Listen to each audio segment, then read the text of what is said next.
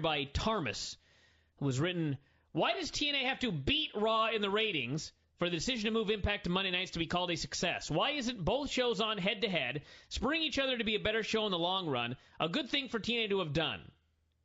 Well, here's the problem, Tarmus. It is a myth that if Raw and Impact go head-to-head, it's going to spur both shows to book better programming. That's a lie. That's not going to happen. It didn't happen on January 4th, and it didn't happen on March 8th. WWE is known for months that TNA is going live on March 8th.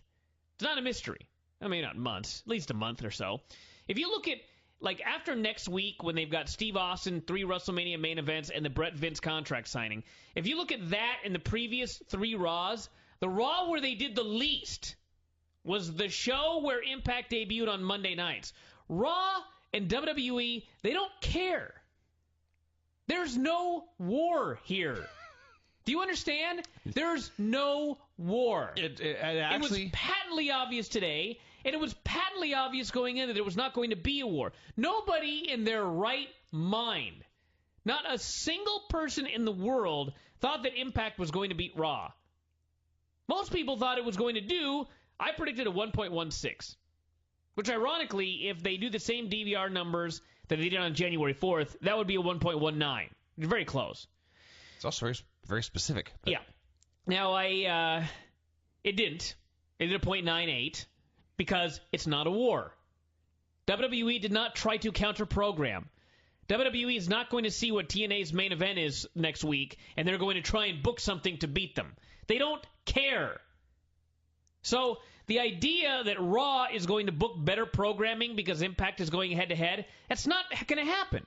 It's not true. I would actually argue they're doing the opposite. Because exactly. There were times during the show where I thought their goal was to put on a boring episode of Raw and still crush Impact, and that's exactly what happened. That may have been their mindset. When their opening match, again, a women's 6-man tag, given plenty of time, they knew that was not going to be good. Chris Angel and all those guys doing those skits, they were begging people to tune Impact. Yes. No one did. No, because it's not a war. Begging is the wrong word. Daring people to turn in Impact. But no one did. On top of that, by the way, Raw does not spur Impact to do better shows. That's clear. We've now seen 2 head-to-head Impacts, and what has TNA done both times? They've hotshot a bunch of shit that they couldn't follow up on, or they forgot to follow up on, or they're just incompetent. And they followed up January 4th, where they did a 1-3 head-to-head, with March 8th, where they did a .98 head-to-head. Raw did not spur them to put on better shows. It spurred them to do exactly what the worst thing you could possibly do is, which is hotshot bullshit. Do you look at the Impact tapings? My God, they look horrible. You don't say. The main event of spoiler alert, everybody. Not that anyone could possibly care. The main event of Impact next week is, I think it's Jeff Hardy pins AJ Styles, which would be a week before AJ Styles and Abyss at the pay-per-view. These people have no idea what they're doing. No. What happens? They put Kurt Angle and Ken Kennedy in a tag match, and Kennedy beats up Angle and bloodies him with the metal. Again? Did we not see this 3 weeks Isn't ago? that how it started? They blew off the entire feud on Monday night. They had the whole fucking United States Army out there Yes. beating the shit out of Mr. Kennedy. Yeah. It's over. You would think. They followed it up with Kennedy getting the heat on Kurt again. Yes. Who could possibly care now? I don't know. These people have absolutely no idea what you're doing. You wonder why they got a .98? They don't know what they're doing. Hulk Hogan and Ric Flair. Let me give everybody a stat here. Hogan and Flair did not do a 1.01. The overrun of Hogan and Flair did a 1.01. When Hulk Hogan, Flair, AJ, and Abyss came down to the ring for that main event on Monday night, that segment did an 0.76. That's no good. The beginning and the bulk of that match did an 0.76. Why? Well, there are many reasons, actually. One of them was that everybody decided that watching John Cena face Jack Swagger, Mark Henry in the Peanut Gallery, along with Vince McMahon on Raw, 4.0 to 1.0 in the overrun. 3.6 to 0.7. What did I say? 0.76? I don't have the number in front of me. I think it was 0.7. 0.76 is what you said. Something like that. I got him here somewhere, but that was one of the reasons. And number one is because you got a fucking go-home show. It was 0.76, by the way. I got him here. You had a go-home show. You got a go-home show for this big March 8th event. And what do? They have Hulk Hogan and Abyss beat the shit out of Ric Flair, bloody him up, and leave him in a broken heap. We need to see the match. Why? Don't know. You spent the entire show telling people that Hulk Hogan was old and broken down. Right. Well, he is. And shockingly, what did that segment do? What happened? How did that segment start that it at 0.76? Why, everybody was telling Hulk he shouldn't go out there. He's old and broken down. Everybody turned the fucking channel. You told him to turn the channel. You assholes. You told him to turn the fucking channel. Not to mention the big YouTube thing. First 5 minutes. Oh, you make sure to watch the first 5 minutes. First 5 minutes. Did you see this thing? The first 5 minutes with Borash? I did not see their YouTube clip. I heard it was actually it was a pretty creative little clip. Bischoff's Borash is in the bathroom. And that sounds awesome. He's on his. Of course, every skit has to be in the bathroom on Impact. He's on his cell phone, and somebody calls and says something big's happening in the first 5 minutes, but it's a secret. Of course, everything's a fucking secret on the show. That's why nobody watches it. But anyway, they say, don't tell anybody the secret. He goes, don't worry, I won't tell anybody. There's a big thing in the first 5 minutes of the show. Of course, someone's in the stall next to him. They call their friend. Their friend calls another friend. It's this big thing where you see everybody telling everybody else. And finally, at the end of the clip, Borash is walking down the hall, and some stranger comes up and says, hey, don't tell anybody this, but the first 5 minutes Impact, something big's going to happen. And Borash is like, oh, I fucked up. Pretty creative little segment. Okay. Pretty creative little segment. Yeah, you know what that did? 9,000 views on YouTube. They didn't put it on Impact, which does 1.5 million viewers. Yeah. They put it on YouTube. It got 9,000 viewers, which I think may be less than the Bryan and Vinny battle has gotten in history. And, of course, the opening segment on Impact, what did the first 5 minutes get? 0.99. Way to go, guys. Way to go. So, you would think, well, they don't think, but that does a 0.99. I guess it was probably a little too late since the ratings came out on Tuesday. But, you know, they build for next week on Impact on Monday night? Nothing! Right. I don't remember a single match they announced for next Monday. Not a single match. I was just happy they ran out matches for the pay-per-view in 2 weeks or whatever it is. And maybe next week. Oh, yeah, the pay-per-view that's coming up where the... I know 4 matches now. Okay, so it's Abyss versus AJ. Yeah. And then next week in the main event, Jeff Hardy pins AJ. Right. Why the fuck would you do that? Because they're retarded. Because you don't know what you're doing. Yes. I'm just astounded. I'm astounded that anybody expected this to do anything different. They have done the same stupid shit over and over, week after week, month after month, year after year after year. Years of my life taken away. How many Bryan and Vinny shows have you listened to where we have skewered Impact for this dumb shit? All of them. Okay, so they do this week after week after week, and people still think that suddenly something's going to change. They're suddenly going to get a great number. People are suddenly going to start watching the show. I remember when they announced that Hogan and Flair was going to be on free TV March 8th. And I thought, how stupid. Why don't you dumbasses put this on pay-per-view and try and pop a rating? People pointed out, well, Brian, obviously you were wrong. You know what? You're right. I was wrong. I was wrong. Because if they had put that match on pay-per-view, let's say they announced that match for Lockdown. You know how badly they would have killed interest in that match in a month and a half?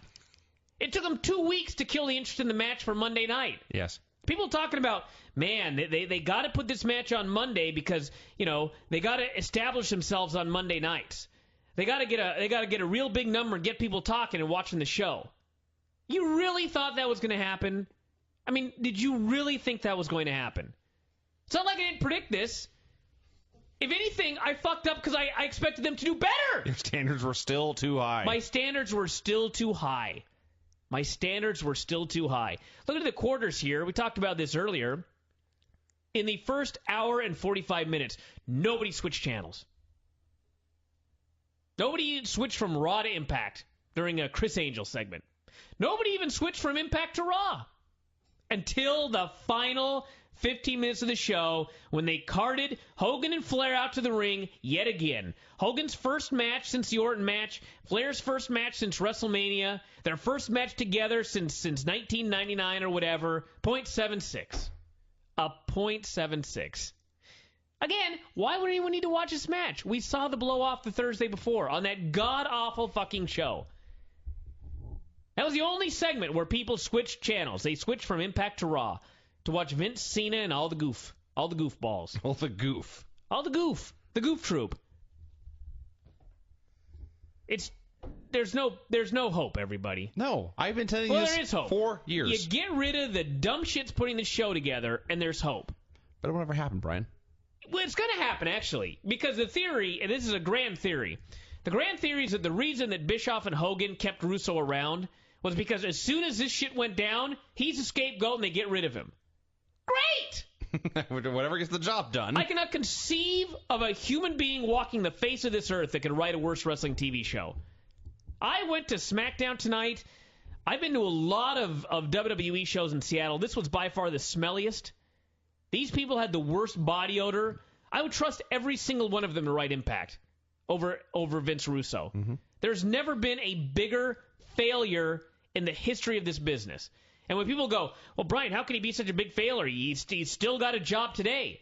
Yeah, he's employed by people that are somehow stupider than he is. Because they don't understand that when you do the same fucking numbers over and over, actually the numbers are getting worse. When the numbers are getting worse, nobody buys your pay-per-views, and you still have the guy write your TV, you deserve everything you fucking get. They get rid of that guy, and maybe there's hope.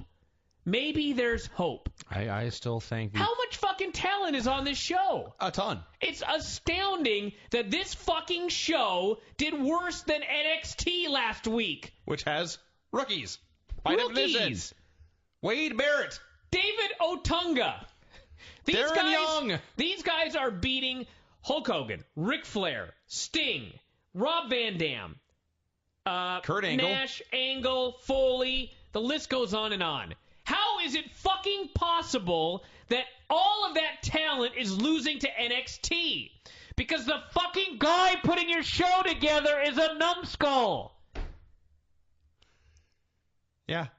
We've been saying this for years. What does it fucking take? Do they have to do a .1? That's what I'm trying to say. Panda Energy will pull the plug before they fire Vince Russo.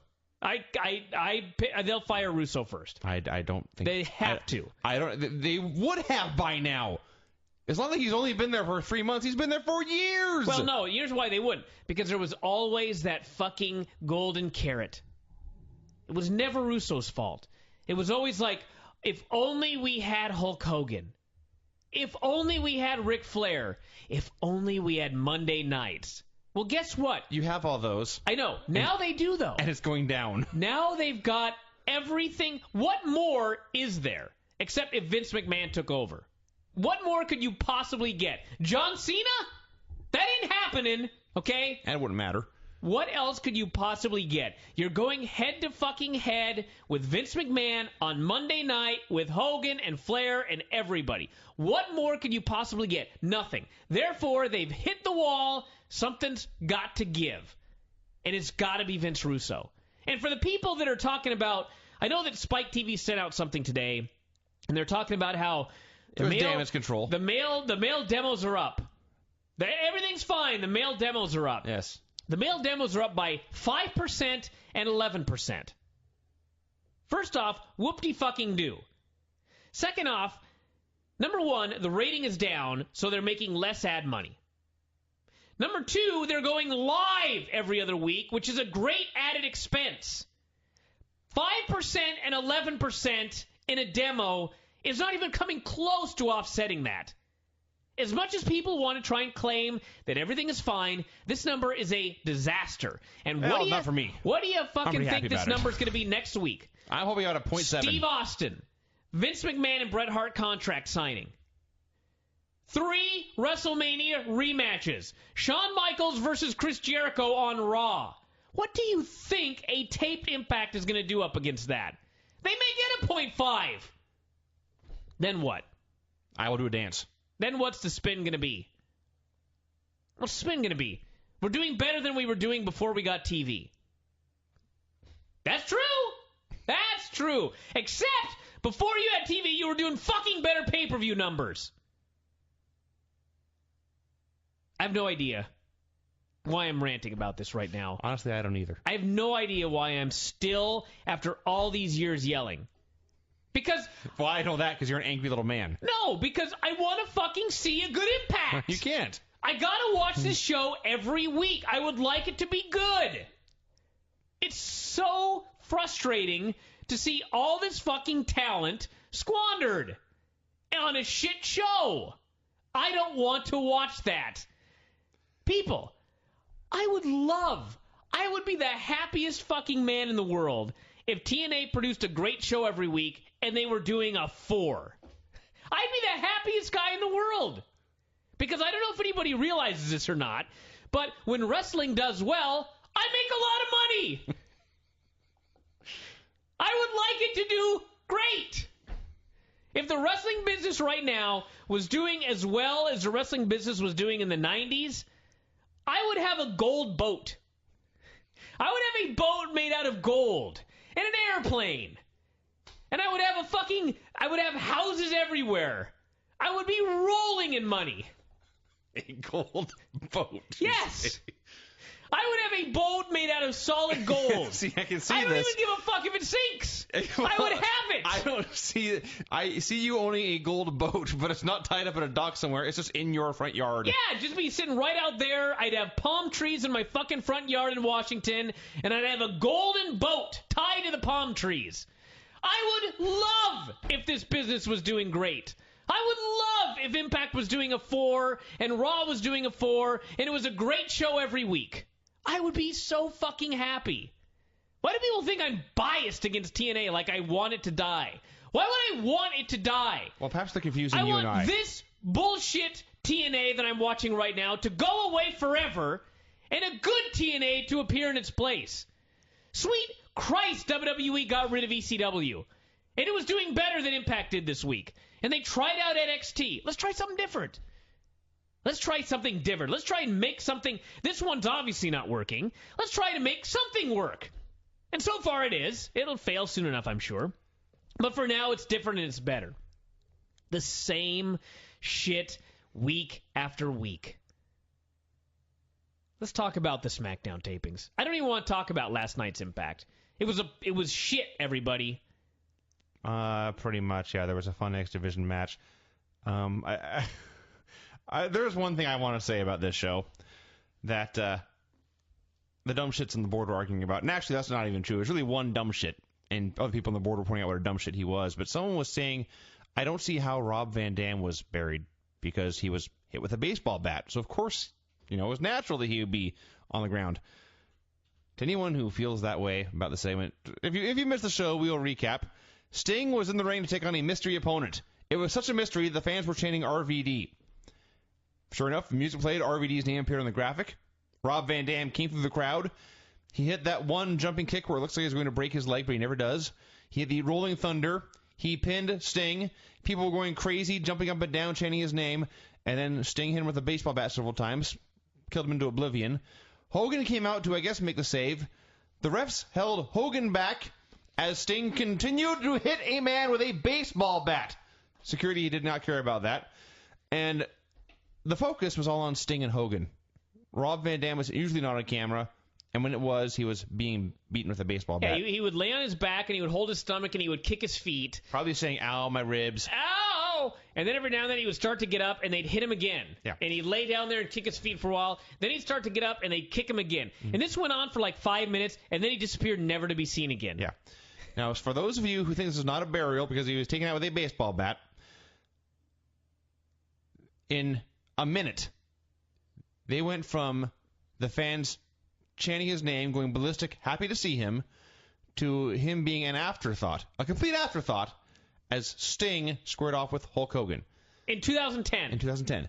That is a burial. How you got there is irrelevant. At the end of the day, Rob Van Dam showed up and was buried a minute in. Not to mention, I think it's the same dipshit. It's Why talking would you about sign a guy and pay him money. Because they have no idea what they're doing. And then... frankly, I'm a little confused that Rob did not just pack his bags and leave. The same dipshit goes, he beat Sting. No one will remember this. He beat Sting. Dude, he fluke pinned him. Sting kicked out at 3.1. He didn't sell a thing, and he immediately beat up the guy with a bat. He got to his feet, got his bat, and started beating up Rob Van Dam. What a victory. He was not. This man was not beaten in any way. By which I mean Sting. Rob Van Dam was beaten savagely. He was savagely beaten. So it sucks to be him. I'm sure he wishes he had just stayed retired. There was that that god-awful Beer Money versus Jeff Jarrett segment. Yeah. Where I was so happy when I heard you tear this apart later. Because I watched this in a state of complete bewilderment. I have never... There were 4 people involved, I believe. Jeff Jarrett, Mick Foley, and Beer Money. And I did not understand the motivations of any of them. I don't either. And throw Bischoff in there, because apparently he put this all together. But it went on for like 6 minutes, and I stared there at my screen shouting, what is going on here? Yes. And I thought I had missed a segment. So did I. Where Beer Money had turned heel. No, I thought I'd missed a segment where they announced this match. All I saw was Jeff Jarrett went up to Beer Money, and he's like, I just want you to know that this match was not my idea. And I'm like, what match? What in the fuck's going on? And Beer Money all of a sudden are heels for like literally no reason. They go out there. It's Beer Money against Jeff Jarrett in a handicap match with Mick Foley in a suit and tennis shoes as the ref. Right. What? I don't know. I wrote down what happened. I wrote, I don't have any idea what happened in this segment. And then I wrote, I feel like I have tuned into an alternate universe TNA with completely different storylines. You may have. This was the Elseworlds version of TNA. A bad show, everybody. Just the usual. Just the usual.